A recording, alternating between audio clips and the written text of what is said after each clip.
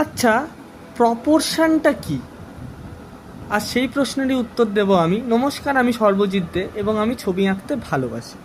Proportion কথার অর্থ হলো অনুপাত, নকশার নীতি যা একটি রচনার মধ্যে উপাদানগুলির আপেক্ষিক আকার এবং স্কেলকে নির্দেশ করে, বিশেষ করে কিভাবে অংশগুলি একে অপরের সাথে এবং সমগ্রের সাথে সম্পর্কিত।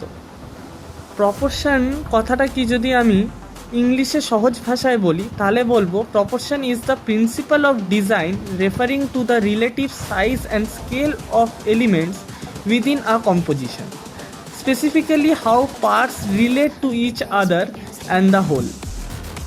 আজকের মতো এটুকুই থাক। আমি আবার আসবো কালকে নতুন একটি ভিডিও নিয়ে, নতুন একটি প্রশ্নের উত্তর খুঁজতে। ততক্ষণের জন্য হর হর মহাদেব।